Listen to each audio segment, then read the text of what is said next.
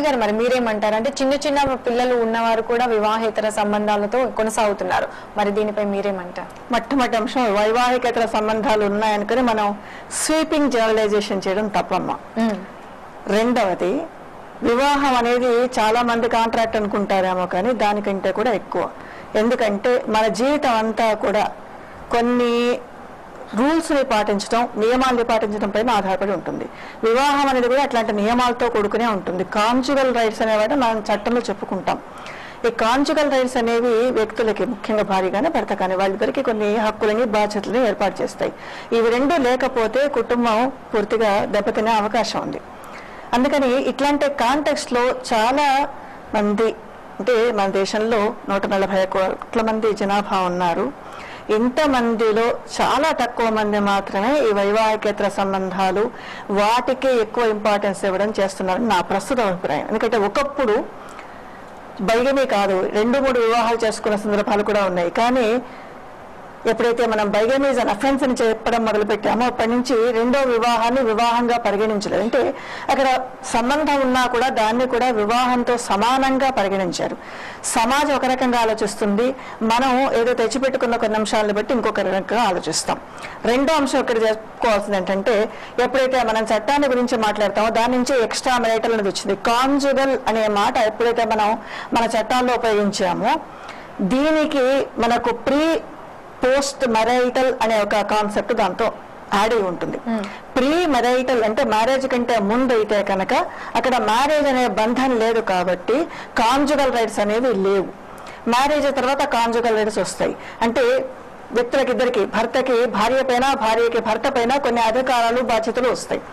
అంచేత ఆ అధికారాలు బాధ్యతల నియమాల పరిధిలో నుంచి ఎవరైనా బయటికి వెళ్తే కనుక అప్పుడు పోస్ట్ మ్యారైటల్ రిలేషన్షిప్స్ గురించి మాట్లాడతాం. ఈ పోస్ట్ మ్యారైటల్ రిలేషన్షిప్స్ చట్టం అంగీకరించకపోతే కనుక అప్పుడు అది ఎక్స్ట్రా మ్యారైటల్ రిలేషన్షిప్ అవుతుంది. ఇది ఇంత ప్రాధాన్యత ఎందుకంటే కనుక లెజిటిమసీ అనే ఒక కొత్త కాన్సెప్ట్ కూడా మన దేశంలోకి తెచ్చుకున్నాం.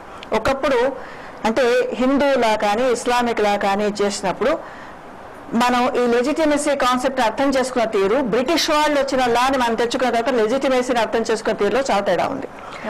వివాహం అనేది సక్రమమైన పద్ధతిలో జరిగితే ఆ పుట్టిన పిల్లలు మాత్రమే లెజిటిమేట్ చిల్డ్రన్, ఇదొక కాన్సెప్ట్. వివాహం అనేది జరగకపోయినా లేదా వివాహం సక్రమంగా జరగకపోయినా పుట్టిన పిల్లలు ఇల్లిజిటిమేట్ చిల్డ్రన్, ఈ కాన్సెప్ట్ ఎందుకు ప్రధానమైందంటే ఆస్తి హక్కుకు సంబంధించిన దాంట్లో అతి ముఖ్యమైనది. మనకు ఆస్తి ఉంటే మన ఎవరికి ఆస్తి వెళ్ళాలి, దాన్ని సక్సెషన్, సంక్రమణ, ఆస్తి సంక్రమణ అంటాం. లెజిటిమేట్ చిల్డ్రన్కి మాత్రమే ఆస్తి సంక్రమిస్తుంది, ఇల్లిజిటిమేట్ చిల్డ్రన్కి ఆస్తి సంక్రమణ విధానాలు వేరుగా ఉంటాయి. రెండో అంశం, మనకు దేశంలో పర్సనల్ లాస్ ఉన్నాయి. ఈ పర్సనల్ లాస్ ప్రకారం క్లాస్ 1, క్లాస్ 2, క్లాస్ 3 ఇట్లా లీగల్ హెయిర్స్ లిస్టు మనం చెప్తాం. ఈ లీగల్ హెయిర్స్ ఎవరు, వాళ్ళ పట్ల కుటుంబం బాధ్యత ఏ రకంగా ఉంటుంది, ఇవన్నీ పర్సనల్ లాస్ చెప్తాయి. ఈ అంశాలన్నింటి దృష్ట్యా చూసినప్పుడు ఎక్స్ట్రా మ్యారిటల్ రిలేషన్షిప్ అనేది ఒక ప్రాబ్లంగా ఏర్పడుతుంది.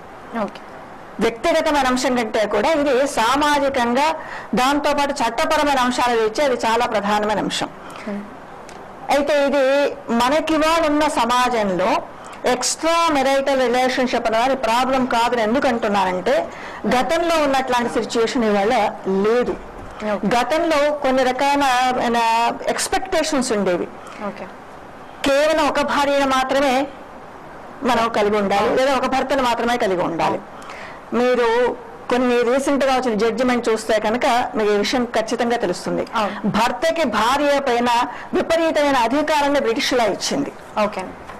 ఎంత మేరకు ఇచ్చిందంటే, ఒకవేళ ఆమె తన భార్య ఇంకొక వ్యక్తితో ఎవరితోనైనా స్నేహ సంబంధం పెట్టుకుంటే కనుక ఆవిడని ఏమీ అనకపోయినా ఆ పెట్టుకున్న వాడిపైన క్రిమినల్ కేసు వేయొచ్చు.